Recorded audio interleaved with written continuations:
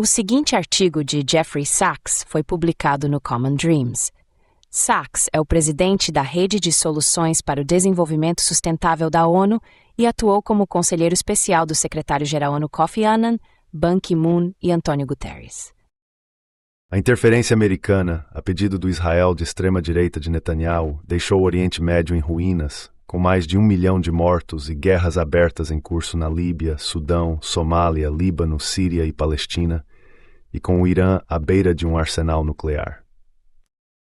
Nas famosas linhas de Tácito, historiador romano, devastar, massacrar, usurpar sob falsos títulos, eles chamam de império, e onde fazem um deserto, chamam de paz. Em nossa era, são Israel e os netem um deserto de prospormas. A história é simples. Em flagrante violação do direito internacional, o primeiro-ministro israelense Benjamin Netanyahu e seus ministros reivindicam o direito de governar mais de 7 milhões de árabes palestinos. Quando a ocupação israelense das terras palestinas leva a uma resistência militante, Israel rotula a resistência como terrorismo e pede aos Estados Unidos que derrubem os governos do Oriente Médio que apoiam os terroristas. Os Estados Unidos, sob a influência do lobby israelense, entram em guerra em nome de Israel. A queda da Síria esta semana é a culminação da campanha Israel el-Suaz contra a Síria, que remonta a 1996, com a chegada de Netanyahu ao cargo de primeiro-ministro. A guerra Israel el-Suaz contra a Síria escalou em 2011 e 2012, quando Barack Obama secretamente encarregou a CIA de derrubar o governo sírio na Operação Timber Sycamore. Esse esforço finalmente chegou à fruição esta semana, após mais de 300 mil mortes na guerra síria desde 2011.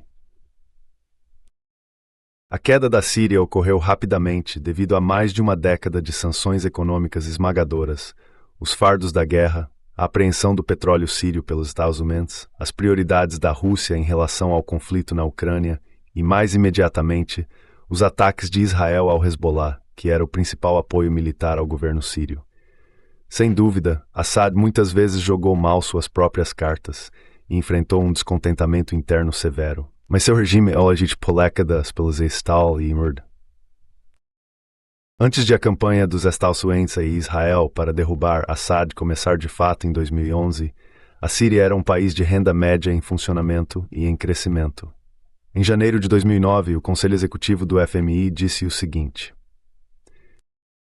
os diretores executivos saudaram o forte desempenho macroeconômico da Síria nos últimos anos, manifestado no rápido crescimento do PIB não petrolífero, no nível confortável de reservas estrangeiras e na dívida governamental baixa e em declínio.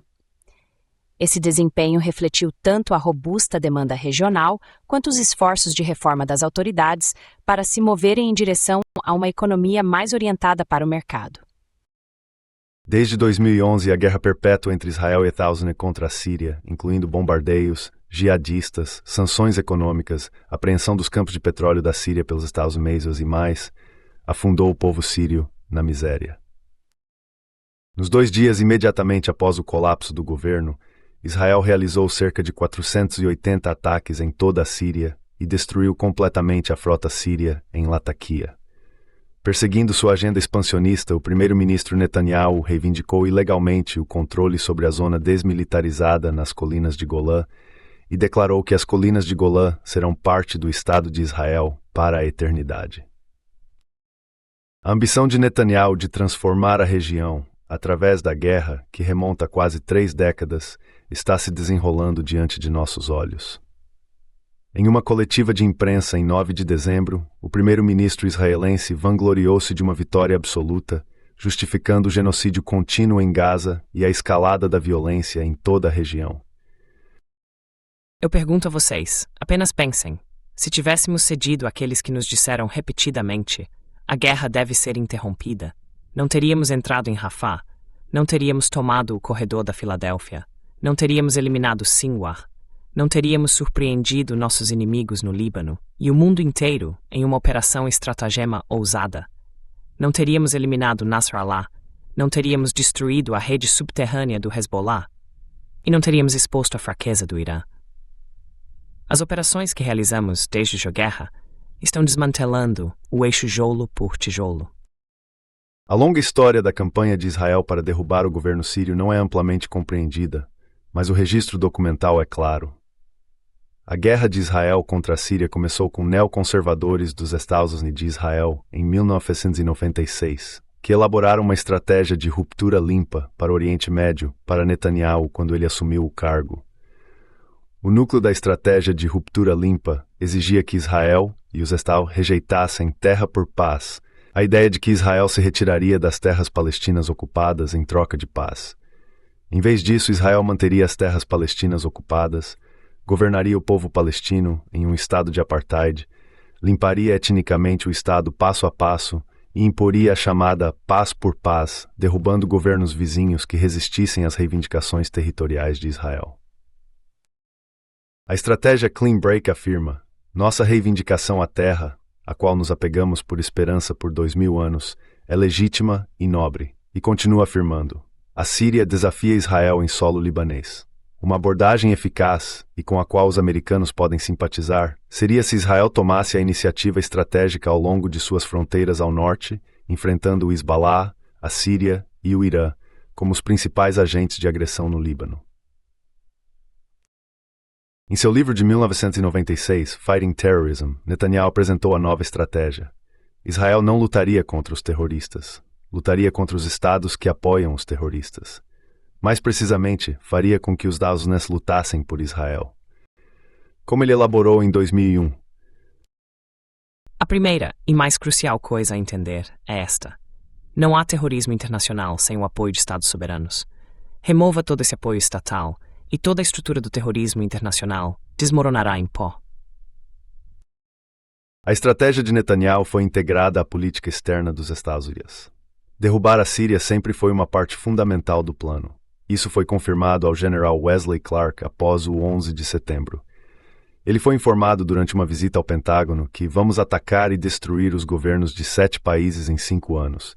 Vamos começar com o Iraque e depois vamos para a Síria, Líbano, Líbia, Somália, Sudão e Irã.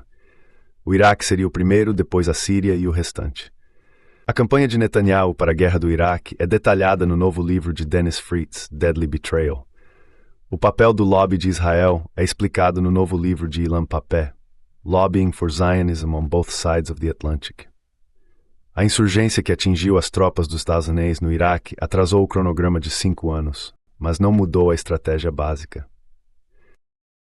Os estados já lideraram ou patrocinaram guerras contra o Iraque, invasão em 2003, Líbano, financiamento e armamento de Israel pelos Estados, Líbia, bombardeio da OTAN em 2011, Síria, operação da CIA durante a década de 2010, Sudão, apoio a rebeldes para dividir o Sudão em 2011 e Somália, apoio à invasão da Etiópia em 2006. Uma possível guerra dos Estados com o Irã, ardentemente desejada por Israel, ainda está pendente. Por mais estranho que pareça, a CIA repetidamente apoiou jihadistas islâmicos para lutar nessas guerras, e jihadistas acabaram de derrubar o regime sírio. Afinal, a CIA ajudou a criar Al-Qaeda em primeiro lugar, treinando, armando e financiando os Mujahideen no Afeganistão a partir do final dos anos 1970. Sim, Osama Bin Laden mais tarde se voltou contra os Estados Unidos, mas seu movimento foi uma criação dos Estados Unidos mesmo assim. Ironicamente, como confirma Seymour Hersh, foi a inteligência de Assad que alertou os Estados Unidos sobre um ataque iminente da Al-Qaeda ao quartel-general da 5ª Frota da Marinha dos Estados Unidos. A Operação Timber Sycamore foi um programa secreto da CIA de bilhões de dólares lançado por Obama para derrubar Bashar al-Assad. A CIA financiou, treinou e forneceu inteligência a grupos islâmicos radicais e extremistas. O esforço da CIA também envolveu uma linha de rato para transportar armas da Líbia, atacada pela OTAN em 2011, para os jihadistas na Síria. Em 2014, Seymour Hersh descreveu a operação em seu artigo The Red Line and the Rat Line. Um anexo altamente classificado do relatório, não tornado público, descreveu um acordo secreto alcançado no início de 2012 entre as administrações Obama e Erdogan.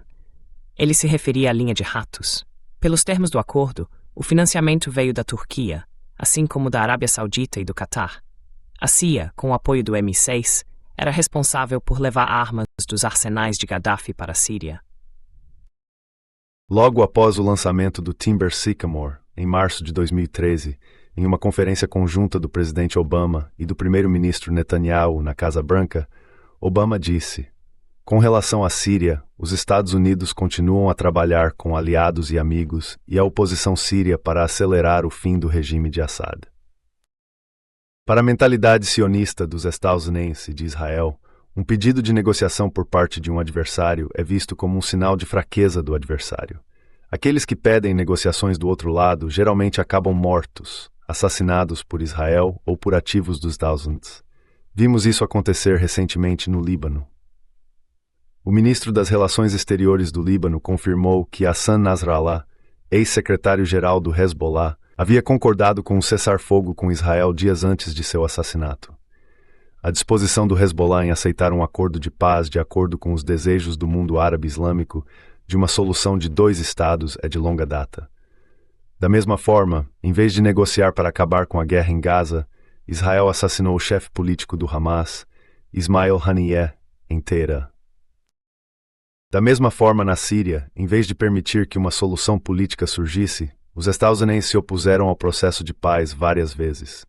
Em 2012, a ONU havia negociado um acordo de paz na Síria, que foi bloqueado pelos americanos, que exigiram que Assad saísse no primeiro dia do acordo de paz. Os estadunidenses queriam mudança de regime, não paz. Em setembro de 2024, Netanyahu discursou na Assembleia Geral com um mapa do Oriente Médio dividido entre bênção e maldição, com Líbano, Síria, Iraque e Irã como parte da maldição de Netanyahu. A verdadeira maldição é o caminho de caos e guerra de Israel, que agora engolfou o Líbano e a Síria, com a fervorosa esperança de Netanyahu de atraí-los na guerra com o Irã também.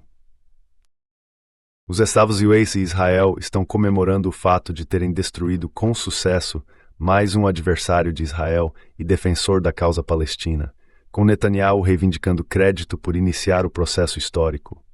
Muito provavelmente, a Síria agora sucumbirá à guerra contínua entre os muitos protagonistas armados, como aconteceu nas operações anteriores de mudança de regime dos Estados Unidos e Israel. Em resumo, a interferência americana, a pedido de Israel de Netanyahu, deixou o Oriente Médio em ruínas, com mais de 1 milhão de mortos e guerras abertas em curso na Líbia, Sudão, Somália, Líbano, Síria e Palestina, e com o Irã à beira de um arsenal nuclear, sendo empurrado contra suas próprias inclinações para essa eventualidade. Tudo isso está a serviço de uma causa profundamente injusta: negar aos palestinos seus direitos políticos em prol do extremismo sionista baseado no livro de Josué do século 7 a.C. Notavelmente, de acordo com esse texto, no qual os próprios fanáticos religiosos de Israel se baseiam, os israelitas nem eram os habitantes originais da terra. Pelo contrário, segundo o texto, Deus instrui Josué e seus guerreiros a cometer múltiplos genocídios para conquistar a terra. Contra esse pano de fundo, as nações árabe-islâmicas e, de fato, quase todo o mundo têm se unido repetidamente no apelo por uma solução de 2 estados e pela paz entre Israel e Palestina. Em vez da solução de 2 estados, Israel os adoram desse deserto e chamaram de paz.